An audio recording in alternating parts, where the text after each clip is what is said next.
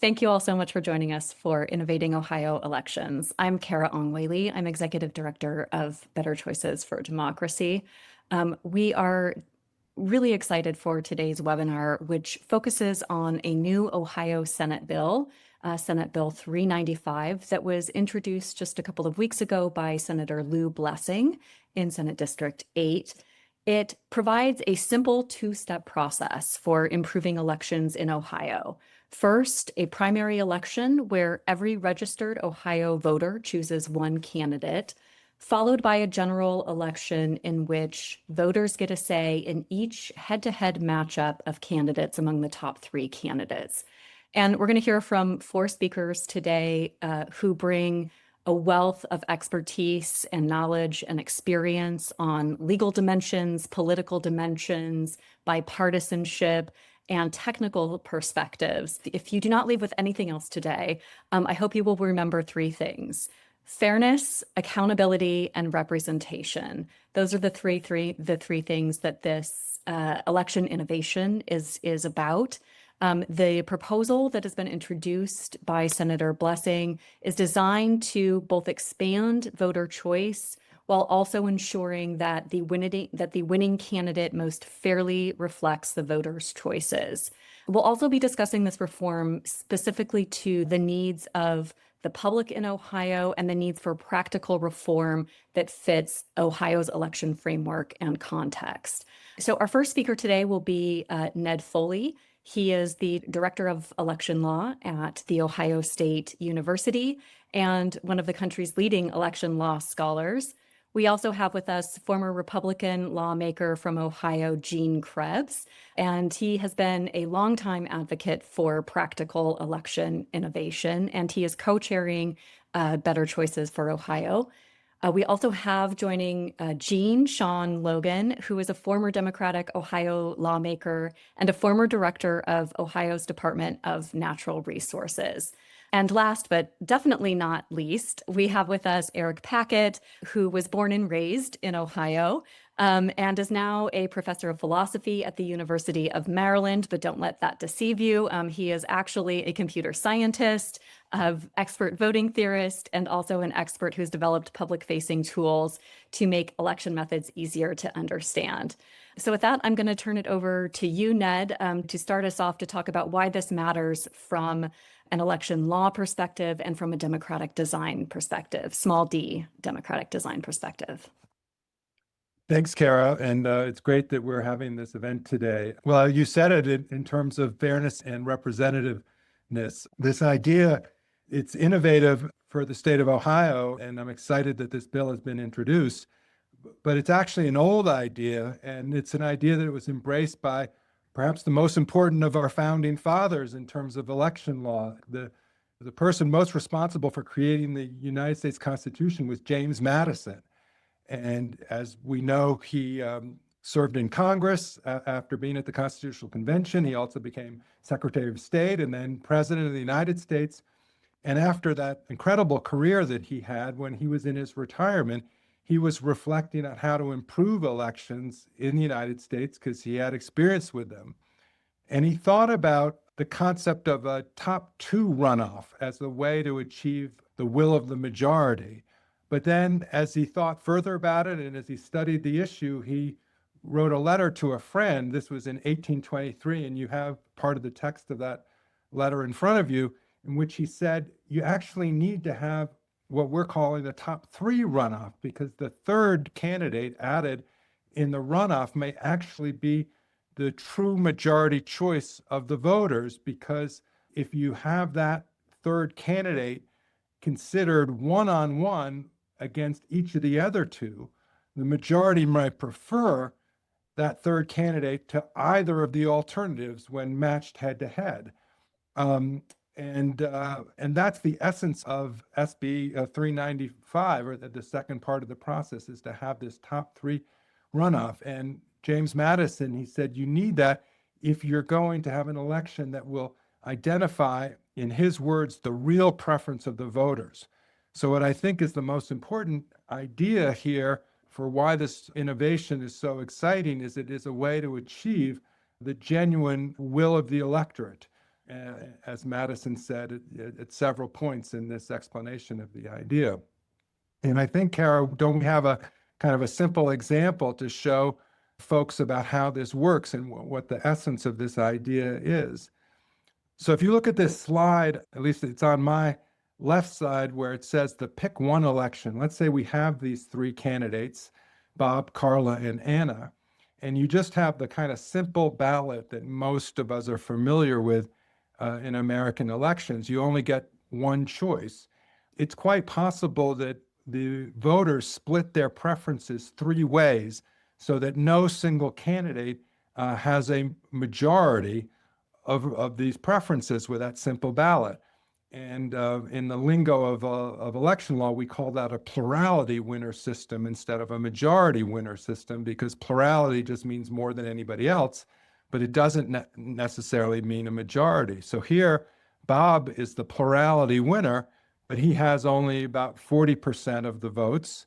Carla comes in second place with about a little bit over 30, and then Anna is that third candidate with a little bit less than 30%.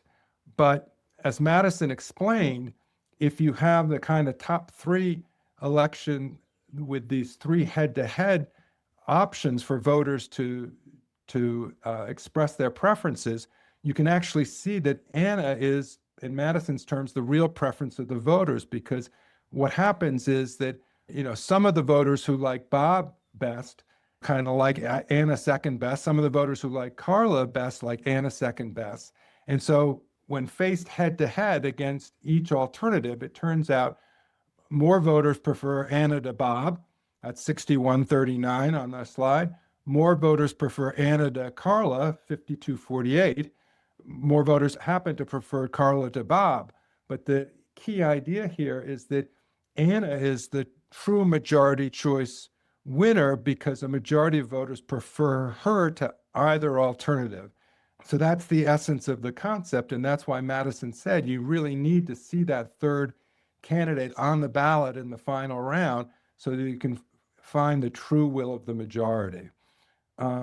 Now, we need to be candid, as Madison himself understood, that very rarely, but occasionally, you can have an election like this that doesn't have one candidate winning both of their head-to-heads against the alternative. What we're seeing here on this slide, or the previous slide, was that Anna beat both competitors, and nobody else could beat two competitors, obviously. Carla had one head-to-head victory, but Anna had two, making her the more majority chosen candidate. But if we move to now this new slide, this is the rare circumstance in which there could be a three-way tie among the three candidates where each one has a head-to-head victory and each one has a head-to-head defeat. So what do you do about that? Well, the simple idea in keeping with the system is simply identify the candidate with whose defeat is the narrowest defeat. They're the ones coming closest to having that second victory. So in this case, Anna's head-to-head defeat against Carla is only 5,000 votes. That's that, if you look on the left, that's the third comparison. She gets, 50, Carla gets 50.4% against Anna's 49.6. So Anna loses that, but she comes closest to that second head-to-head victory, and so closest to being majority preferred against all alternatives. And that's the idea that we're looking for. Is there a candidate whom a majority of voters prefer against all of the alternatives? Another point that I'll make just in terms of wrapping up about why this idea is so important right now is it's a way to deal with the acute crisis of polarization in politics, here in Ohio specifically, and as we know, nationwide. Polarization drives people to the opposite poles. And so what can happen is when you have a polarized electorate, some people have strong preference on one side, some people have strong preference on the other side, but neither side controls a complete majority. And what this top three head-to-head mechanism does is and this is why it's called consensus choice, is it finds a candidate who can be the common ground or consensus representative for the entire electorate. And so that example of Anna, Barbara, and Carla showed that Anna is a choice that everybody can be satisfied with in the sense of a true majority preference despite the polarization. So if we want an electoral system that will help us deal with the difficulties of current democracy and governance, this is the way to do it. Thanks, Kara. Thank you so much for that wonderful introduction, Ned, and for walking us through it. And we're going to do a little bit deeper of a dive in how it works with Dr. Packett. But first, we're going to hear from Jean and Sean. Jean and Sean, both of you have served as state lawmakers. I'm wondering if you can give a little bit more of your perspective about why this is the right moment for Ohio to consider improving the way that it chooses its leaders, and maybe just also a little bit about how you came to this particular method for improving Ohio's elections. By the way, this is Cell-Free Ohio, okay? So if you notice, I'm talking to you from a cave. This is appropriate because when I was a Republican serving with my Democrat friend and colleague Sean Logan in the Ohio House, I was a proud member of the Caveman Caucus, the most conservative wing of the Conservative Party, okay? And I'm very pleased to be working with my good friend Sean Logan on this. But let me tell you one little political factoid about him. We always tried to beat him back in the 1990s, and we couldn't do it. And then what happened then, after he left office, his district did not change because of a quirk in the Ohio Constitution. And over the next 9 elections, his seat changed hands 5 times.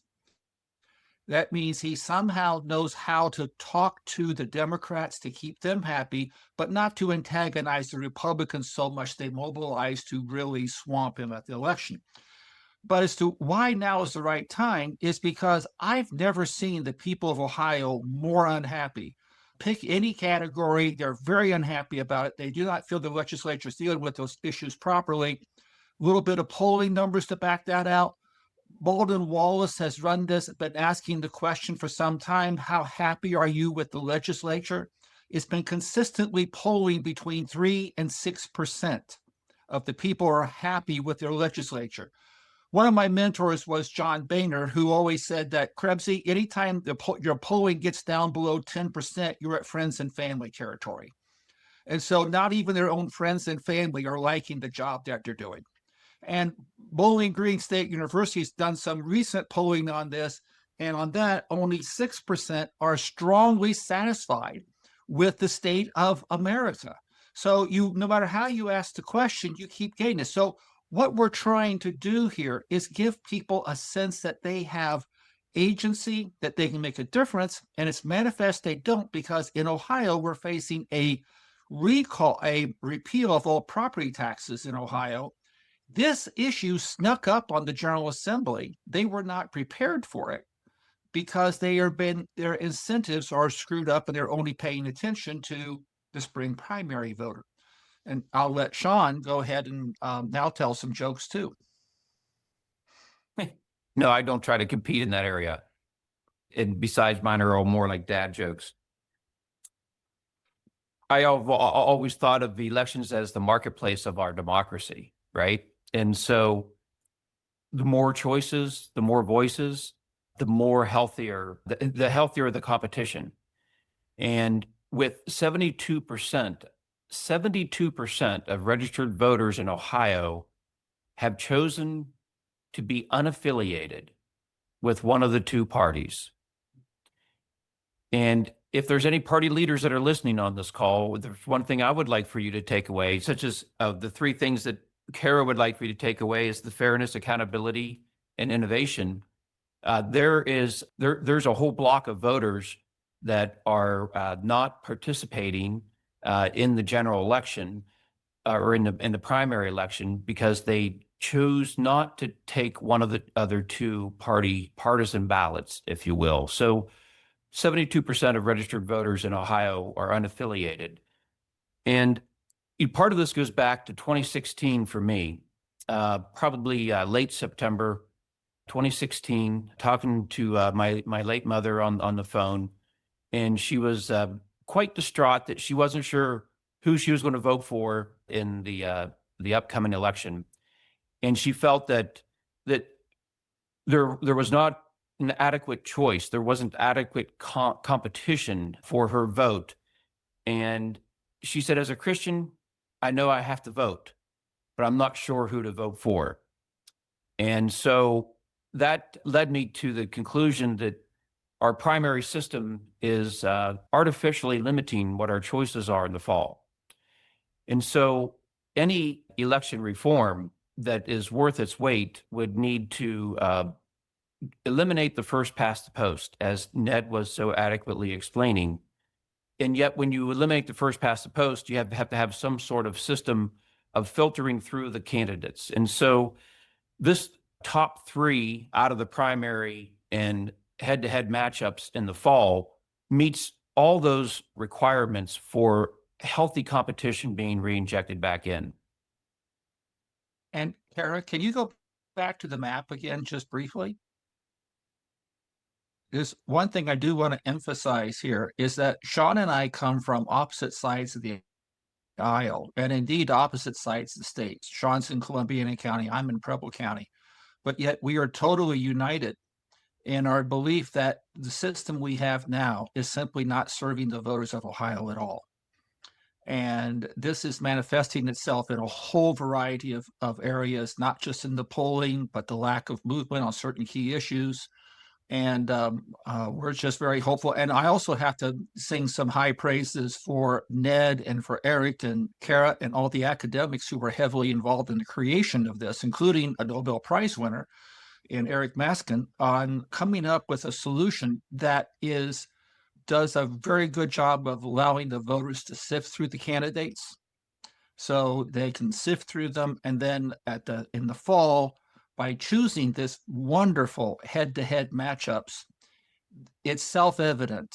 And this is why I've always said that this particular reform has all the advantages of all the other reforms Sean and I have looked at, but with none of the disadvantages. And it's just something we think is going to really catch hold. And I also have to give a high amount of praise for Senator Lou Blessing III, commonly known as Bill Blessing. And he has a long-standing and well-deserved reputation for taking innovative stands, and we really appreciate his work on this. Yeah, that's a good point. Just to reemphasize, it's Senate Bill 395, as Professor Foley mentioned. It is, I think, as Gene just also said, it's exploring the innovation. What are the options that are out there, and get the discussion going within the General Assembly that really controls what our election systems are in Ohio. And so there's no judgment. There's no this isn't about outcomes. It's about what the process is that enables the voters to have a more full voice and more full choice. And so just having that third option in the general election is a game-changing dynamic for the benefit of the voters of Ohio. And again, for the 72% that are unaffiliated in Ohio, in helping to choose who's those three candidates would be coming out of the primary in the top three. So there's a graphic that Kara has spent some time crunching numbers and putting things together based upon the Secretary of State of Ohio's website. So these are actual numbers, both on a total registration, and then this one is under 35. So of the registered voters in Ohio under the age 35, 92% are unaffiliated. That is a huge voting block that for candidates and party officials alike, elected and partisan officials alike, this is a sign. This is a message. They're not choosing either one of our parties, Gene, right? I know. So they're all unhappy. They're eager for more choice within the electoral process. I was trying to think of exactly what year did we go to the current primary system we have? What, 1952 maybe? Ray Bliss. Well, no, it was later than that. It started, it depends, it's like in the late 60s, early 70s. Yeah. Yeah. So about the same time we were last on the moon, and here we are circling the moon today. We still have the same voting system that we had. And yet Yeah. 72% of all registered voters and 92% of under 35 registered voters have to participate in the same mechanism that we have before we were last on the moon. And if I was sitting here and I was a leader of either one of the two parties, I'd be looking at that 92% unaffiliated, and I'd be having massive heartburn for the future of my party, because that means these people are up for grabs and they can go somewhere else and they may choose to. And we need to get them attracted, and we need to have a fully functioning democracy. Did you want to go to the Yeah, declaration? yes, and just to sort of emphasize on this point, another reason why it's so important is it goes back to a point that Ned made. Not only are so many people disassociating with the parties, displeased with the way the parties are performing, displeased with who's elected, but also those who are unaffiliated don't get a say in the primary process. And an important element, and what happens then is that we have candidates emerging from the primary process where only the most extreme are participating in that process, those who are registered, which is a smaller number, of course. And then everyone is then choosing on the November ballot from among the candidates that they've had no say in getting there. And so that is a really important element of this innovation, is it takes Ohio's current open partisan primary and makes it an open nonpartisan primary, so that all of those voters will get a say in the top 3 vote getters, who then will go on to the general election. All right. I just wanted to mention something though on that. So going back to my earlier comment about John Boehner, that what that means is that basically the only people who are declaring under the age of 35 are declaring their party affiliations are the children of the members of the General Assembly. Okay, but it's about where we are. So this comes from our Declaration of Independence, and we hold these truths to be self-evident, that all men are created equal, that they are endowed by the Creator with certain inalienable rights, that amongst these are life, liberty, and pursuit of happiness, that to secure these rights, governments are instituted among the men, deriving their just powers from the consent of the governed. Yet the way our system works, only 8%, as Sean ably points out many a time, only 8% of the registered voters in Ohio choose 83% of our elected members of our legislature in our congressional seats. And that applies not just to Ohio, but nationally. And so why people are twitchy is because they've never given their consent. And thank goodness for Senator Blessing that he acknowledges this, even though he, is a current member of the General Assembly. He's willing to put himself and his ideas out there. What was intended by those that structured the Ohio General Assembly. We need to have these ideas be aired out and allow the public to have a say. And we have this opportunity now in Ohio, thanks to Senate Bill 395 by Senator Blessing, that the consent of the people would, if you can improve the consensus, the amount of the consensus, I guess, as that's proper to say, Eric, we increase the amount of the consent. How is that bad? The only way it's bad is because it changes the rules of the current game. But if we change the rules that are fair and representative and yet innovative, then that is worthy of serious consideration by the members of the General Assembly. And as I think Gene and I have some standing to be able to make that claim, having been members of the General Assembly and having been our name on the ballot and for several different offices combined.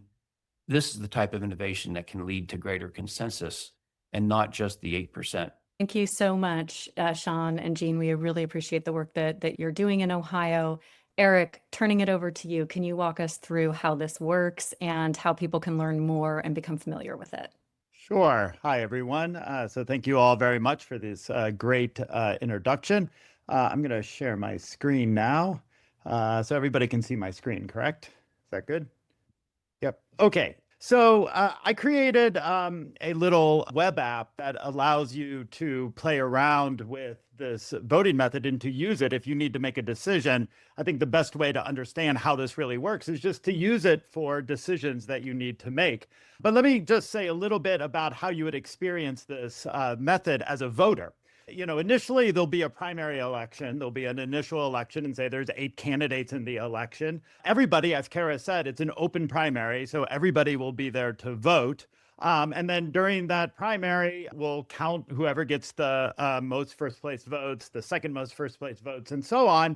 They'll move on to the general election. And then with these top 3 candidates, you'll have a normal general election with these 3 main candidates in it.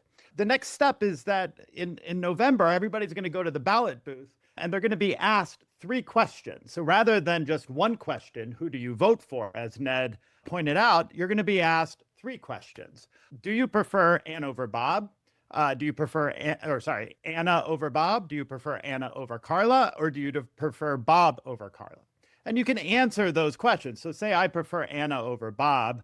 I also prefer Anna over Carla. And then in the head-to-head matchup between Bob and Carla, let's say I'm not 100% sure, I go with Carla. Okay. And that will be my vote. I give my opinion on those 3 separate questions. So that's the next stage in the head-to-head voting. Every voter will submit their head-to-head matchup. So you have voter 1, voter 2, voter 3, and then all, hopefully, 7.5 million registered voters in the state of Ohio. So you voted, and now it's election night, and results are coming in. They're coming in from all the precincts or all the districts, whatever it is. And just like, you imagine on the news, you're watching all of the head-to-head matchups. And at the end of the night, when the matchups have been reported, we need to decide who the winner is. And the winner is it's very, very simple to determine the winner. You just look at each of the head-to-head matchups, and whoever wins each of their head-to-head matchups is going to be declared the winner. So in this case, it's Anna, because she beat Bob 54-46, and 52-48, she beat Carla. So that's how it would work. That would be the experience sort of from the voter's perspective.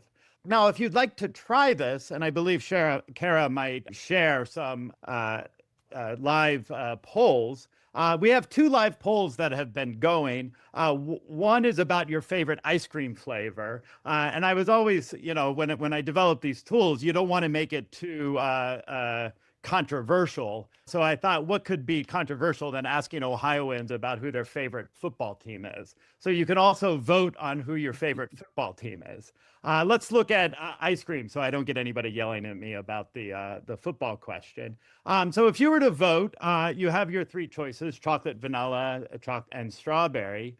This I've already voted, as everybody I'm sure would agree. Chocolate from Strickland's is very clearly the best ice cream out there. So now suppose I've voted. And then once you vote, you can then view the results. And you can see that chocolate is the head-to-head matchup. And what's some other information you would want to know? Well, this table is really kind of the crucial table, because this table describes how many wins does chocolate have in each of. So there's 2 head-to-head matchups for chocolate versus vanilla, chocolate versus strawberry. And we see that chocolate wins 2 of those. Vanilla only has 1 win and 1 loss. Strawberry happens to lose twice, which I happen to think is the correct answer, but I don't know if everybody would agree with me. And in this app, you can play around with it. Hopefully other people are voting as we speak. And if you would like, so one thing that I think might be kind of interesting to really get a sense of what's going on here is when you compare, say, chocolate versus vanilla, what's happening here is we're looking at everybody's votes, and you look at all the ballots where people have chosen chocolate rather than vanilla, right? And there's 43 people chose chocolate rather than vanilla. 18 people chose vanilla rather than chocolate. And all we're doing to find the margin of victory is looking at the number of people that rank chocolate above vanilla minus those that chose vanilla over chocolate. So 43 minus 18 is 25. That's how we get the margin of victory. So the web app is really designed to let you really understand how this voting method works, to play around with it, and more importantly, have a little bit of fun and use it to ask some interesting questions like, who is your favorite football team? So we have the Browns, the Buckeyes, or the Cincinnati Bengals. So my father is actually watching me right now, so I am required to say Ohio State Buckeyes. I believe I should say the Browns are better than the Bengals just because I grew up in Akron. And then obviously Ohio State's better than Cincinnati. I'm very sorry. I believe Gene will disagree with me on this because he's in the Cincinnati area. So I apologize for this, but that is my honest preferences.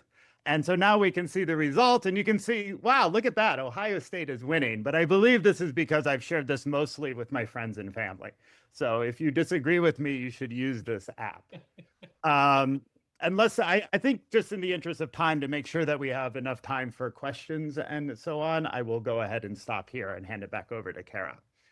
Actually, Eric, there is a question Sure. that I said that we'll go ahead and answer live. And I think I'm going to pose this one to you, and then we have some others that will come up that I'll pose to the others. But Daniel asks, are tie votes possible? And if so, how is that resolved? And I'm wondering if you can maybe show how that works too. Sure. Yeah, that's great. Let's say, okay, so let me go back to here. There's sort of two ways one could have what you might consider a tied vote. So one thing I might do is, I have to choose between Ohio State and the Browns. I will hit both buttons if you fill in both. They're both are selected. And this is just not recording a preference. So if I were to select both the Browns and the Buckeyes, when I update my vote now, and we go to view the results, if we look on the ballots, so the Browns versus the Buckeyes, you can see here what has happened. So there's two people submitted preferences. This wasn't me. I guess this was my ballot. I actually selected both the Browns and the Buckeyes. So that as a election designer, somebody studying voting methods, I would interpret that as just ranking the Browns and the Buckeyes the same. So nobody has a preference over the other. The other way that this might happen is if you don't submit a choice between the Browns and the Buckeyes. And if you don't submit a choice, again, as somebody trying to count that ballot, I just have to skip over that ballot. I really think that the incentive for a voter here should be to answer each and every one of these questions. It's sort of in your interest. You want to give your opinion about each of these possible matchups. And so that's how a voter might submit a tie. Now, you might be wondering, so Kara, was it the question about voters submitting a tie or is it about a tie in the end? Because Ned already addressed that question.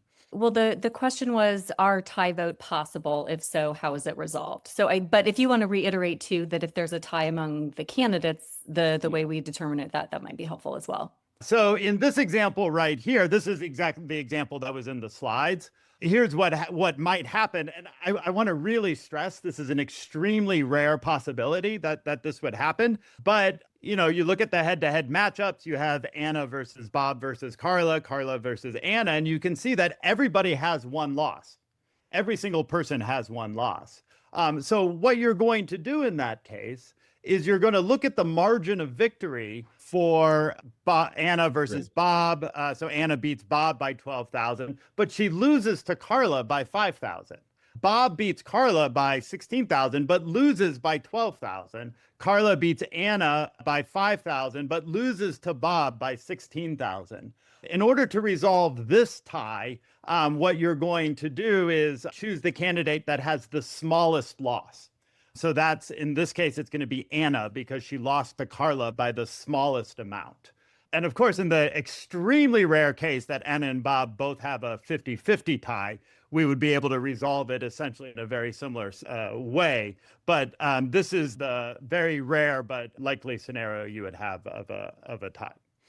And if you wanted to take it even further, and there was even a called the least loser tie, okay, which is be phenomenally rare, then you currently most the local boards of elections all have, and I'm going to look at my colleagues here to help me out on this a little bit, but they have rules in place on how you handle those ties. They can do it with the flip of a coin. They draw cards. I think they do it through a variety of methods, if I remember correctly, up to the local board of elections. Am I right about that? So you would see much the same thing here if you had two least losers tie. Yes. And Yes. if I can just Which- add one more point on one of the reasons why this is so rare goes back to the issue of polarization. In conditions of polarization, where say 40% of the electorate feels strongly one way, 40% feels the other way, but the third candidate is more of a compromise candidate, then you're not, this concept of a three-way tie among three candidates, the mathematics of elections, as Eric knows especially well, that kind of thing only happens when preferences are not linear on a single dimension, what is the technical term. But in a world of polarization, where people are polarized along a single spectrum, you're not going to have this kind of three-way cycling. Instead, you're going to have one of the three candidates is going to emerge as the most consensual, the most common ground. And that's why this system is well built for handling that situation. Yeah. Thank you. Thank you all so much. I'm going to go to another question that came in through the chat. We've actually got several now. We've got 6 in to get through.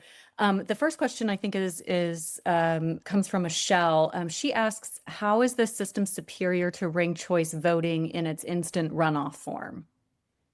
So for Sean and myself, after the disastrous November of 2024 elections, where ranked choice voting lost 2-1 in the states, and then won 2-1 in the cities, we sat down, we spent several months going through this analysis. And what we came to the conclusion on is there's been and I think everybody would agree this, there's been a loss of trust in our institutions.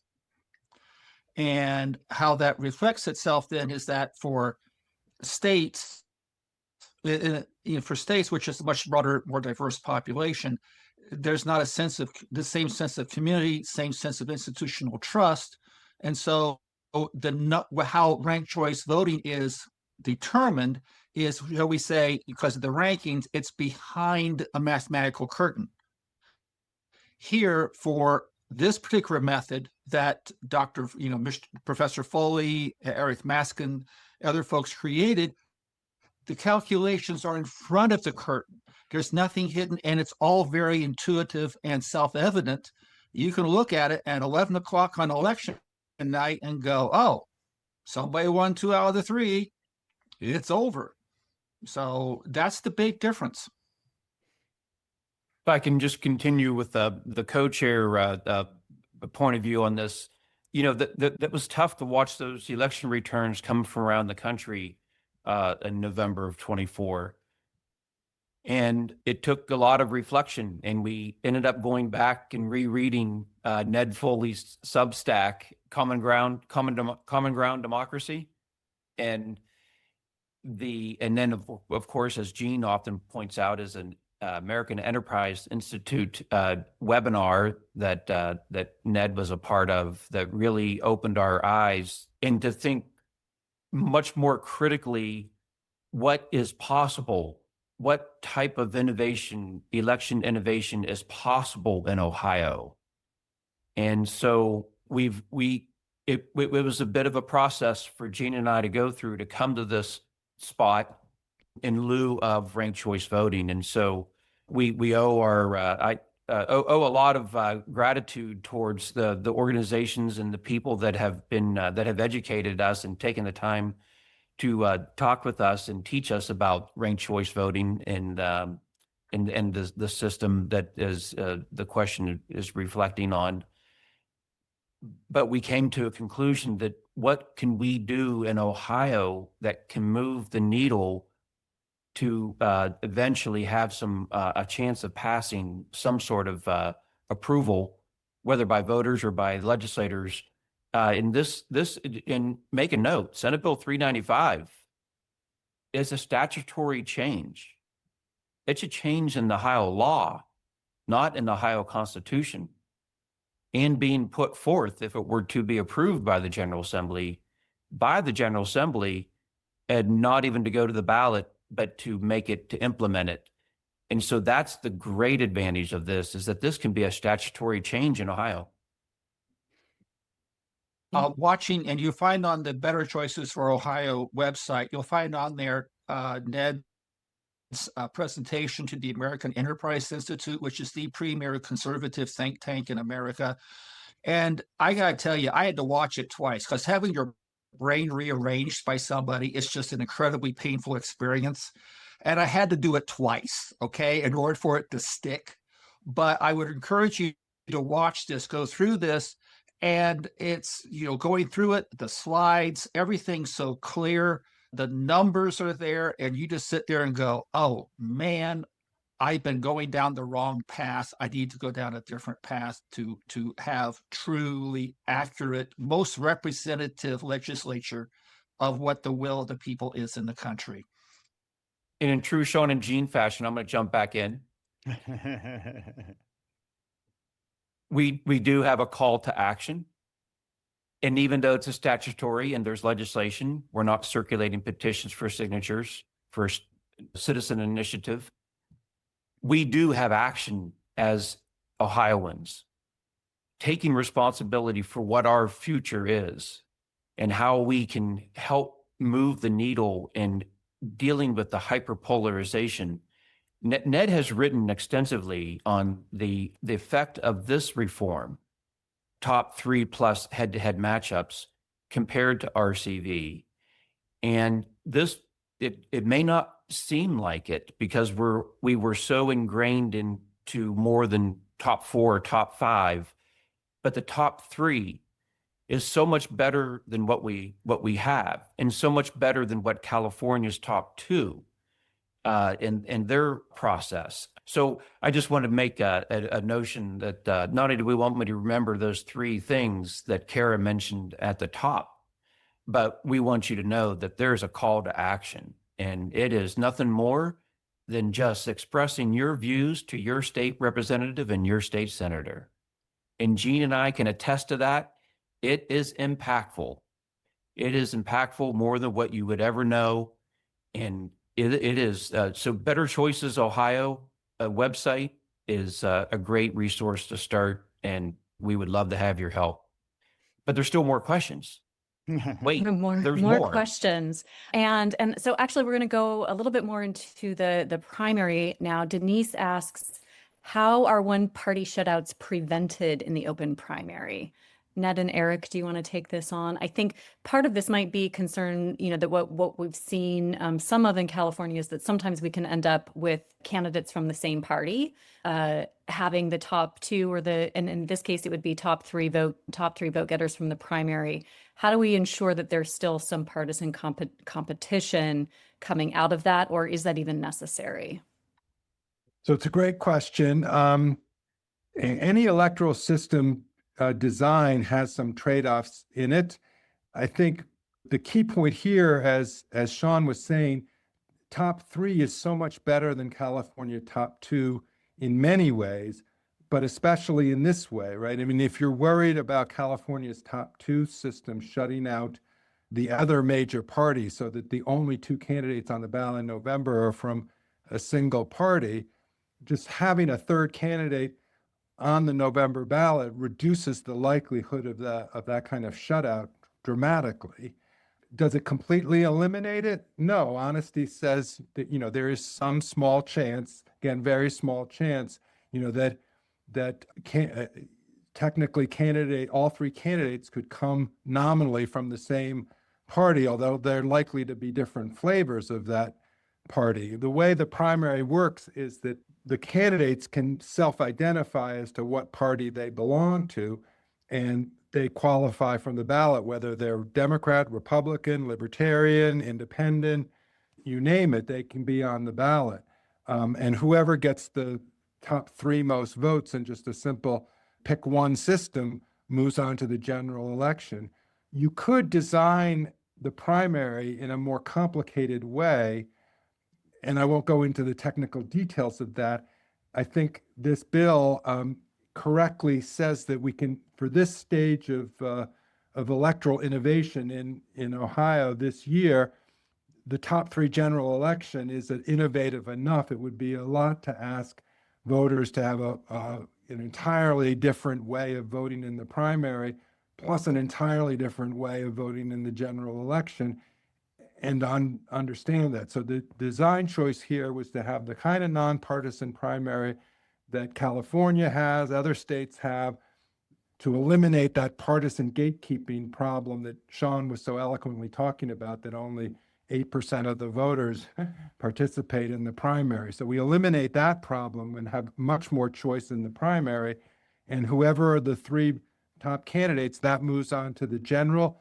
And it really doesn't matter what party label is attached to those three names.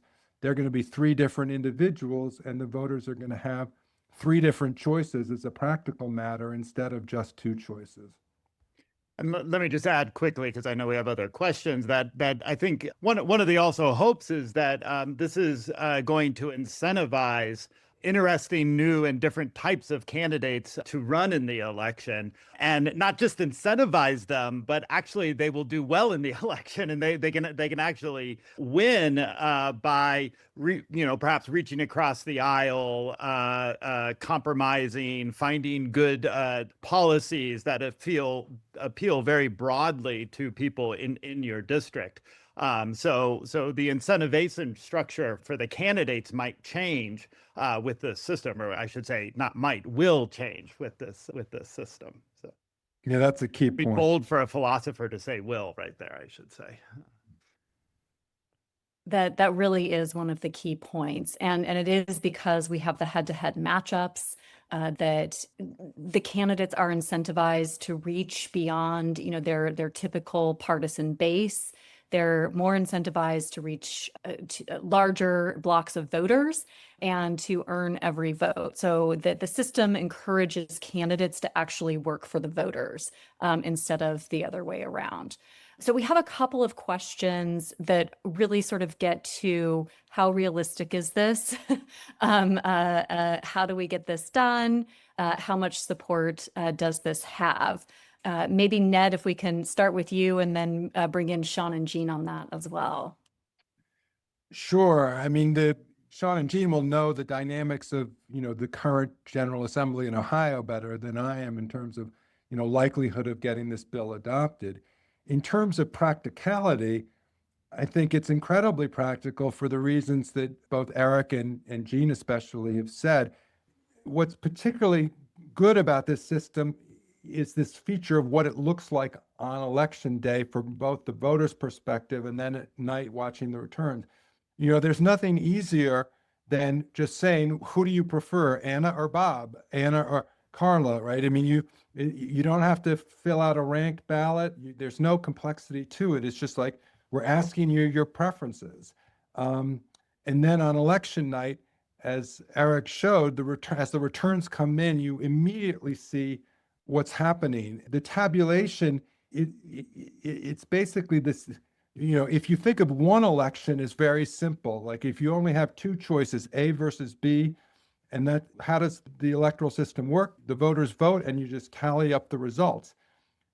This system is just doing that 3 times. So there's no greater computer technology required. You're just running 3 head-to-head elections instead of 1, and the voters can instantly see the results. So it's an immensely practical system. It has the advantages that we're talking about.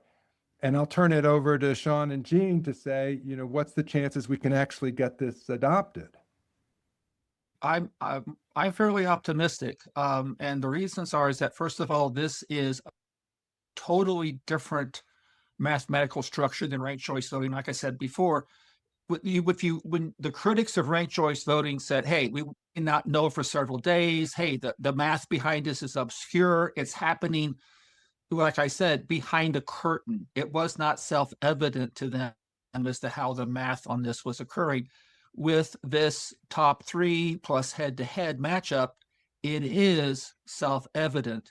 And so it is vastly superior to, and Sean and I we've looked at every type of voting reform you could name it in America and overseas. And they all end up with these incongruities that come out and stuff like that, or the math's too difficult. This one, self-evident. And once again, I have to give Professor Foley a huge amount of credit. This is an Ohio grown product here, folks. Okay.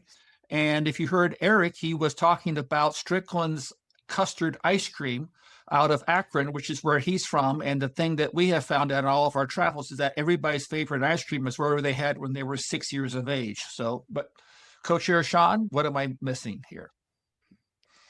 Yeah, I mean, I think there's good chances. I mean, there is some unique dynamics coming up in this year's general election that could change some of the incentives for elected leaders as well as partisan party leaders to think differently about how we inject healthy competition within the electoral process without sacrificing the relevance of the state parties.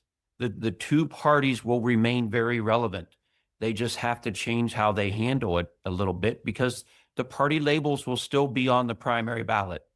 But we probably should try to get through the rest of the questions. I think the questions are interesting and we kind of touched upon it. But in general, there, as Gene was just saying, there may be deficiencies in any type of election reform that you have. And the folks on this call that have looked at it more broadly than what Gene and I have throughout the entire country, they can attest to that as well. But we know that we can do better. And if we can do better, but it may not answer every single, may not be perfect, it is still an improvement. It's still an innovation that is incredibly, immensely simple, I think is Ned's term. Simple and homegrown. I really do want to emphasize yeah, that was a really key point here, is that this system really does match Ohio's context and it's coming from within Ohio. So this isn't, there is a question about, outside interests playing a role in SB 63. And in this case, this bill is not coming from outside interests, is actually coming from within the state. And so I do think that's what makes this special.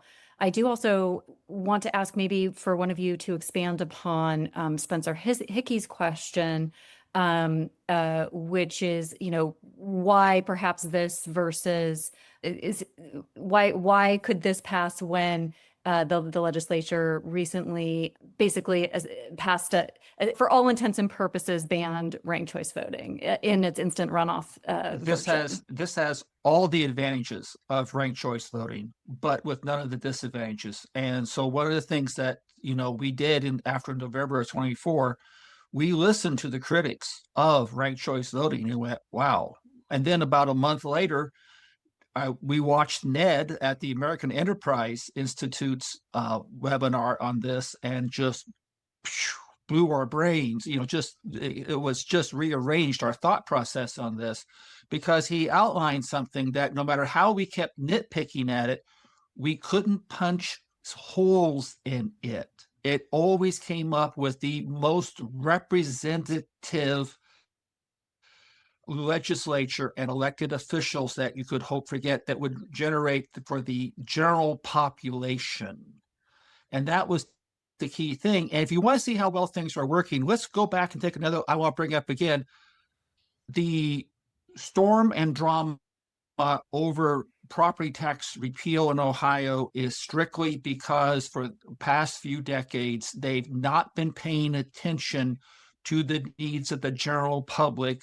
The legislature's only been paying attention to they're not been incentivized to pay attention to those general needs. They've only been incentivized to pay attention to the needs of the public that vote in the primaries in the spring, which is 8% of the population. And because of that, when this property tax repeal came about, it snuck up on them. They were not seeing this coming up over the horizon. They were surprised by this. That is a very interesting and very damning statement, that they were surprised by this when they should have had. This means they did not have their fingers on the pulse of Bob and Betty Buckeye well enough to know that this was coming. And the reason for that is, yes, they can walk and chew gum at the same time, but what they are incentivized to do is only pay attention to those who vote in the primary, because that's their most secure path for success. We need to change that. Ned, there is a question, one more question in the Q&A about software, and I think you mentioned this already, but wondering if you and or Eric want to expand at all. I did mention in answering a similar question, that we have begun discussions on this, and we do not believe that a software upgrade for tabulation is needed. We can use the existing software, but I'm wondering if you want to expand on that.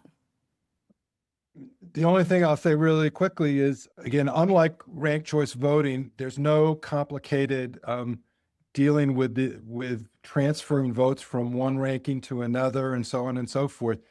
As Eric's web app showed you, it's just 3 straightforward elections that people are familiar with. I mean, there's nothing simpler that Anna got more votes than Bob, and Carla got more votes than Bob.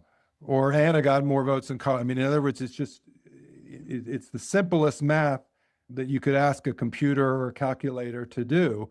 And as Jean said, then you just know, can we find a candidate that won both matches against the opponents? And again, almost always that's going to happen. And there you have your winner. So there's no technological need. I mean, if you voted a ballot that has a Senate race on it or a representative race on it, it's the same thing. It's just 3 lines for each office instead of 1 line for each office. That's the extra feature, but that's the feature that gives people more choice and more say in the process and incentivizes candidates, as Eric said, to really speak to what the common ground of the public is all about.